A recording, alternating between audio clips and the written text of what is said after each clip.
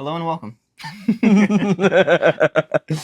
One of the things that I wanted to do with this channel is not only highlight some of my gear and my guitars that I really enjoy, that I love to mess around with and play with, but also the gear and guitars and stories of my friends. So with me today, I have my friend Gabriel.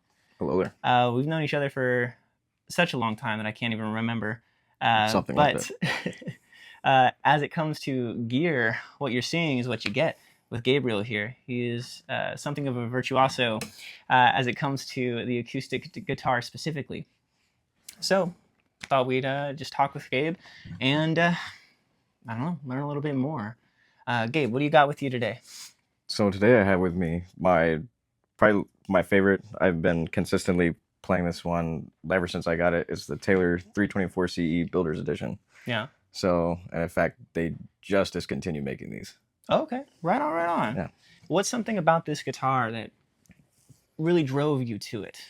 So when I ended up getting the regular 324 CE model, which is, there's actually two variations. There's one that's an all mahogany model, and there's a mahogany with a Tasmanian blackwood. I have the all mahogany model, and even when I first played it, it sounded great, and it's one of the best guitars I'd ever played at the time.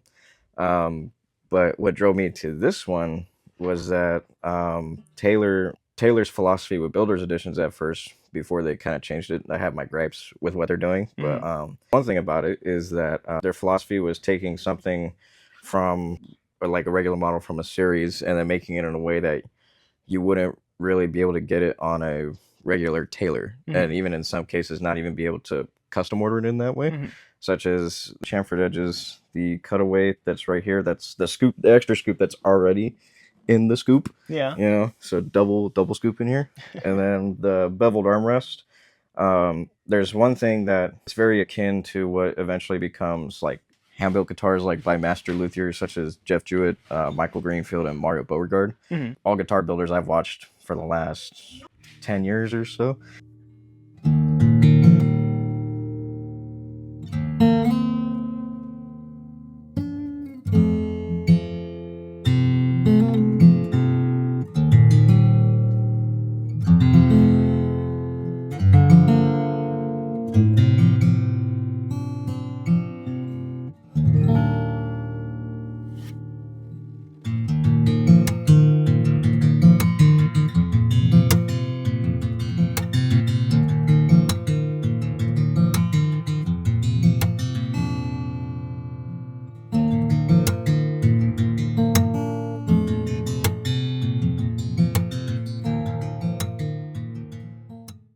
I just like what Taylor was. I liked what Taylor Guitar was doing with these. I was just like, sure, why not? Let's just go another step up and find out. I think this is probably about the pinnacle of what Taylor guitars can do, in my personal opinion. There's anything above this is just kind of personal appointment, but it doesn't get any better than this. Right on then. Now, this guitar is different wood-wise, right, than most other Taylors. Yes. Now, we've had discussions in the past about how tone wood doesn't actually matter, but does it matter for acoustics? Absolutely. Okay. Definitely. There's a lot of sonic quality even before the wood is milled and it's cut into, like, you know, it's book matched for, you know, your backs, your tops, you get for your sides. And guitar makers like maker of bourgeois guitars, Mark Beneteau, Michael Greenfield, he'll happily go and he'll demonstrate what it is, the tonal qualities. He holds up the wood and they knock it, and there really is a resonant difference between the ranges of all the different woods out there and the species of them. So say for like mahogany and cedar, they tend to have a more natural compression to them, which provides a really warmer tone, but you're not going to get, I want to say, bigger pronunciation as if you had like a spruce. So this is a mahogany top with, it's called Urban Ash back and sides. And the thing about back and sides, what Taylor's been doing is taking the city trees that they find, and rather than when they get ripped out and sent off to go get mulch, they've been taking them and milling them out and making tone wood out of it. This is a completely different and brand new use for like your local like city trees that constantly you find they're there one day and then they're replaced. and the next day they're guitars. And the next day, now they're guitars. Yeah. I gotta And say, man, I feel like I know quite a bit about guitars, but you're absolutely schooling me. Uh, saying things that I have no idea what you're talking about, brands, people that I have no idea the names of. I feel like I need to do a deep dive on Taylor guitars just to get up to your level there, huh? I'm always here to put you on, dog. Now, one thing that's cool about you is you don't typically use like the E standard tuning. No. Right, so I know you play around a lot. I know you have a whole notebook full of tunings. What would you say is like home base, if there is such a thing for you? I think there's honestly a few that have kind of become what are like the new standard or what's closest to standard. You're really close to where you're at. So like you have data get tuning, Yeah. which is pretty common when you're starting to explore alternate and open tunings. And then this tuning right here that I'm in, it's DAD GCE, which for me it's like, okay, that just shortens the C chord. And shortens the C chord. What do you mean? yeah, so when you tune up and you're in fourths, right? You're tuning to fourths, you're G to B, you're tuning up to C instead. Okay. Right. So instead of having to actually put your finger down for that C chord, you just leave it open. Okay. Yeah, so I can D minor's like here now. And how did you get with experimenting with alternative tunings? Like, was it just a way to make it easier to get your ideas out, like for what your fingers could do, or what? You want a little backstory? Just a little bit. A little bit. Brief, so, So I started experimenting with alternate tunings. I was still writing in between, like this is when I was studying classical and flamenco guitar. And okay. Shoot. It doesn't even. It's just the time period that was so all my teenage years, but it was like 17, 18, and when I was, writing music for somebody, I was hearing things that weren't just possible with. I would have had to do weird things in standard. And grow extra fingers, that type of thing. Yeah, maybe another arm, It's like, so I started messing with tunings a little bit, and I remember I would tune, like this would go down, E would go down for one song, I believe it's like D, G, and then this would go down to C, and I have G again. Something really weird, and it was just a really simple pattern that I wanted to achieve, and that's really how it all kind of started on my own, even though I was already listening to guys like Antoine Dufour and Andy McKee and Mike Dawes since I was like 12.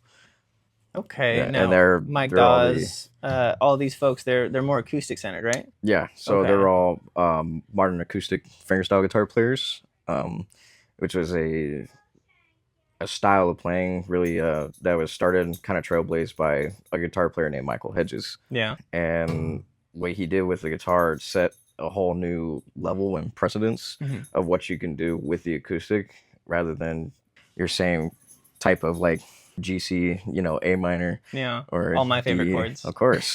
I mean, sometimes you got to go back to the classics though, man. Dude, absolutely. I tuned to D standard for the very first time this week, and I feel like that was enough experimentation for me. So it starts somewhere, man.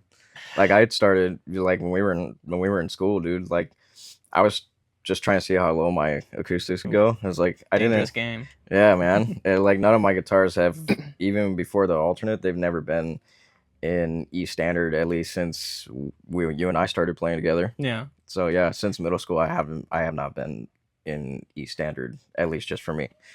See, even though I've known you for a while, a lot of this stuff is still new for me, because when we were going to school, it was all Avenged Sevenfold, Megadeth, Metallica, Guns N' Roses, all that metalcore and like classic stuff too. Yeah. Like, so to hear you go from what did we do back in middle school? It was Aerosmith versus Led Zeppelin. Argument for another time, right? But, Symphony of Destruction, right? Yeah, going from that to a lot of this fingerstyle stuff that now I know you for, right? Yeah.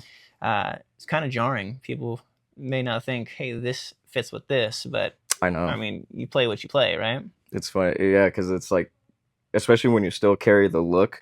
Yeah. It's like, that's the one thing about this like niche little style of playing, is that there's also not a look to it. And a bunch of these guys actually come from like metal and like rock backgrounds and like prog.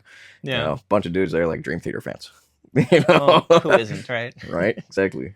But that's so Come on. fantastic, though. Now, with all your alternate tunings Mm. and the way that you do things, does that affect the intonation of your guitar? Does it affect the string gauges that you use? How often do you change strings? Yeah, so string wise, which you should always have your guitar set up in a way like this will probably I've pushed this guitar down to about B flat Yeah. on the low end. I could Sheesh. probably get it to A. I've got to put like a 60 something probably on here or whatever, you know, if I'm experimenting. But just with these are Diodario XS phosphor bronze, the Okay. mediums. Yeah. So these are the 13s. Okay. I And think I that's typically run 11s or 12s on my acoustic. yeah, and you can get I say like the D to C range Hmm. with 12s. You go any further than that, then I would say your 13s are the better bet on that one. I mean, if you're using lighter strings and you're trying to drop your first string, your high E, say down to C, Hmm. you get real floppy. Yeah, I imagine You so. know, so it's like, and I've really messed with these strings. You can usually tell by how much I mess with them because the way that strings tarnish, so they're like really dark in certain areas. Hmm. So, but because I have this tuned up just a little bit more, it's probably like up here where normally they'd be, there's like where my fingers have all been and everything. Like I kill strings pretty quick. My standard strings that I like to use are Ernie Ball aluminum bronze mediums. And how often do you typically change them? Um, I would say if I'm just playing to myself, I'd say I let them go. I let them go for about a month and then Yeah. I change them. If we're getting into things like we're practicing and like you want to go into recording, I'm always having a new set on. I Okay. stretch them a little, kind of break them in just a bit, but then go in and then I can get about two to three good songs out of a session, and then I feel like I got to replace them again. Whether that's true or not, but that's Sheesh, man, that just gets expensive. it does. It really does. Yeah, I And change my strings a couple times a year. Kind of give bad my practice, but money's worth, dog. yeah, right. It's okay. They're coated, so Yeah, so it's all good. I will say in with with everything else you mentioned with intonation, Hmm. right? That's another thing going into like it also applies with like guitar care. So keeping Hmm. your guitar humidified at the right levels, especially now that it's summer right now, it's really Oh, hot, so you don't really need the extra humidity since we got enough right now. maybe take some away. Just take Dang. some away. Yeah, exactly. Just because of general warping, I mean, I did mention earlier that I'm probably good for like another to go in for another setup. It's not horrible or atrocious or anything. Still really comfortable, but I Hmm. can feel it. As you become a more discerning guitar player Yeah. and musician, you're able to tell when something is like, okay, maybe it's time for a readjustment. It's time for the new strings. It's time for something, right? And another thing that I've learned is guitars with bridge pins. Hmm. When you're constantly changing the tunings in and out, yeah, you can have the ferrules in that slot properly and locked in, but that constant wear on the back end will cause its own kind of wear. Hmm. So it's like, even though I've had this for as long as I've like switched out strings and messed with so many tunings. I kind of want to test and see if like replacing bridge pins actually has an effect. If there's actually real wear Yeah. caused by that. What kind of material are your bridge pins right now, and what So would you get the same ones or a different material maybe? I would definitely get the same ones. These are ebony bridge pins, Hmm. and these are the tailor-made ones. So I would just order them straight from Taylor again, and just replace them in there. And yeah, I don't really like the sound of it.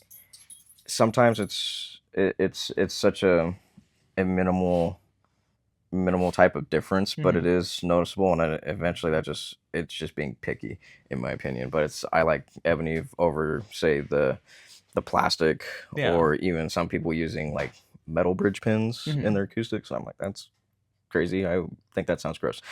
I thought about doing that actually, Yeah, but I think I have either ebony or rosewood in mind, and it sounds nicer to say, "Oh, I've got ebony bridge pins" rather than it's a plastic little ones, right? classier. Yeah, a It's a little little classier. classier. Like I Makes you got some of feel that. better. Even though it was like $12, right? It's like Yeah. still, nah, these are ebony. Yeah, you couldn't don't not to pat my own back over here, Right on then, man. Uh, I don't know. Is there anything else you want to tell us about this guitar, about your music. I know you're writing new music. I am writing new music. What direction does that take you in? And in just a bit, I guess we'll listen to a little bit of your stuff. I would say a little bit of my stuff, but I'll probably end up playing you a cover if I'm honest. Yeah, that's fine. I don't have anything too complete. And there's a thing about my writing. Like I was sharing a lot of stuff that I was set to release for my first EP, and part of the issue with things about how I feel about it right now, I was getting ahead of myself, and I was finding myself in places where I'm rewriting the songs, or I'm looking at them too close, like just real up here and like under the scope and all that, and being really critical. So while I have really good fleshed out ideas right now with the album I'm currently working on, I've refrained a lot from sharing too much and getting like too ahead of myself. Yeah. Like I haven't told anybody the title.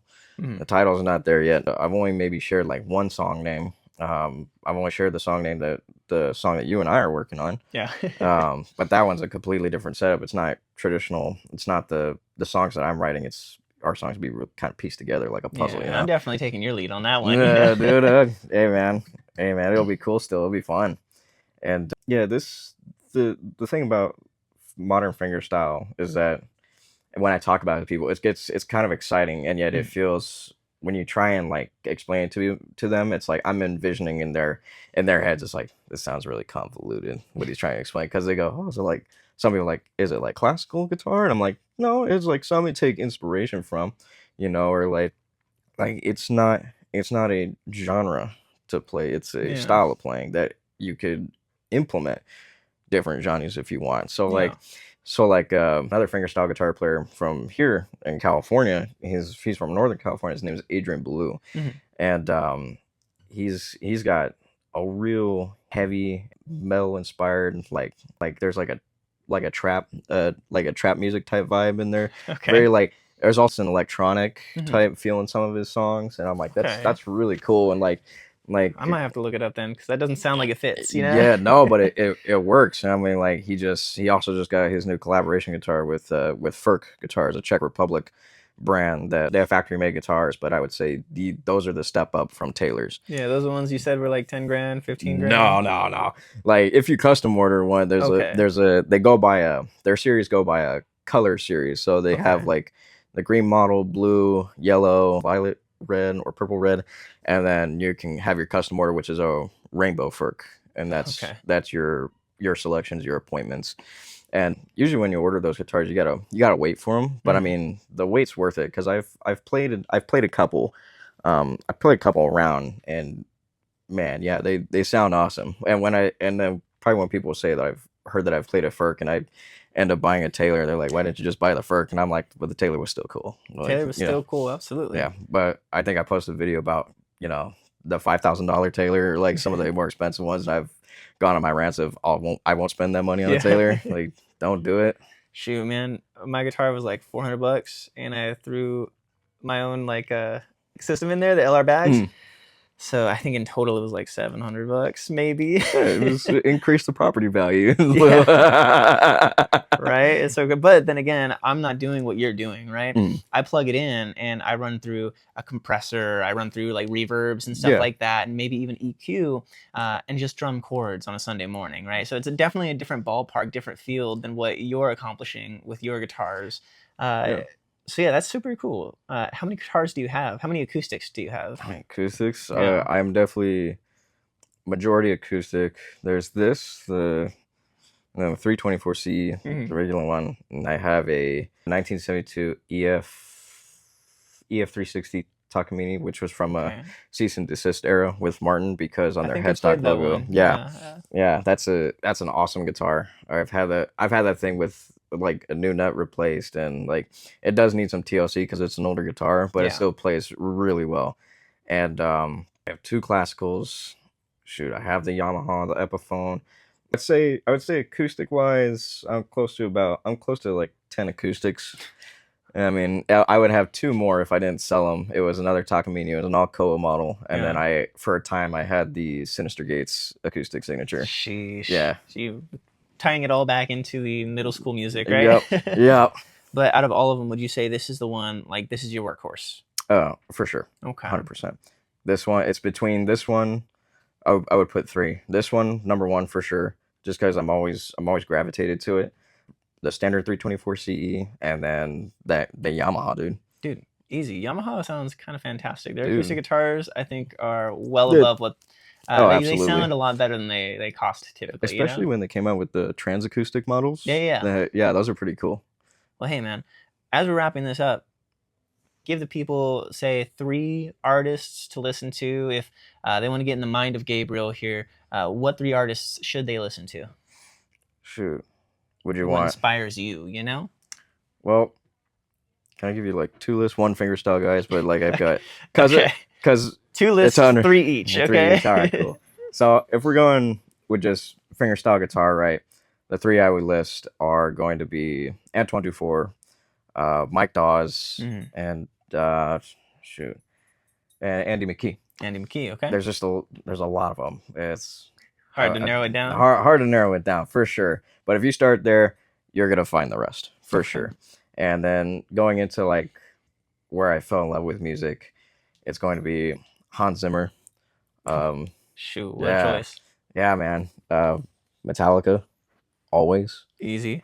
And then I'm gonna say Daft Punk for the other one. Daft Punk. All right. Yeah. Out of left field, you got like a wide range of genre going on Yeah, there. have to, man. Especially, I don't know. I've been listening to music for as long as I can remember. My family will tell you that whenever they try and talk to me, they probably got frustrated because I always had like my headphones in Yeah. at some point in time in my life, and We were on a walk earlier. We walked for 30, 40 minutes. There's always a headphone in one of the ears. Hey, Gabe, huh? Yeah, man. So I'm always digesting things. I'm always experiencing it, and I'm always trying to listen to it in different ways and processing it, and it helps what goes on in here. Yeah. And then I'm always hearing new things too. So it feeds that everything just kind of it all works together. Beautiful. I love it. Well, get me a playlist because I need to hear all these genres working together. I'll listen to it and I'll post it maybe in the comments or description of whatever this is going to be, right? Heck yeah, so others dog. can hear it too. Now you are releasing music. I am. Is that under your own name? Is it under like a stage name? What are you releasing it under so Bit people of can keep out for it? A bit of a kind of a stage name. So you find me on like A Forest for the Strings, Mhm. which was a project name. I'm still keeping it, but it's under Gabriel La Torre, which is Okay. yeah. So that last name actually belonged to my great grandma. Mhm. So that's my great grandmother's last name, and I don't know. Yeah, That's sick last name. yeah, man. That side of my family is I spent a lot of time like getting to know and understanding, and like a side that I connect with a lot. Yeah. Like especially growing up the way I did, your family is kind of like everywhere. So, but I mean, I love all my family. It's not in anything particular. I mean, my family watches this. Don't take it too hard, all right? Chill. It's not that deep, but Who knows? Are they going to get 20 minutes into a video of us talking about guitars? Who knows? who knows? But right on, man. Well, I'll let you play us out. Then you play us a little bit of something, and we'll say goodbye. Heck yeah. Thanks for talking. Thank you. Easy. Yeah, love you. Love you. Yeah.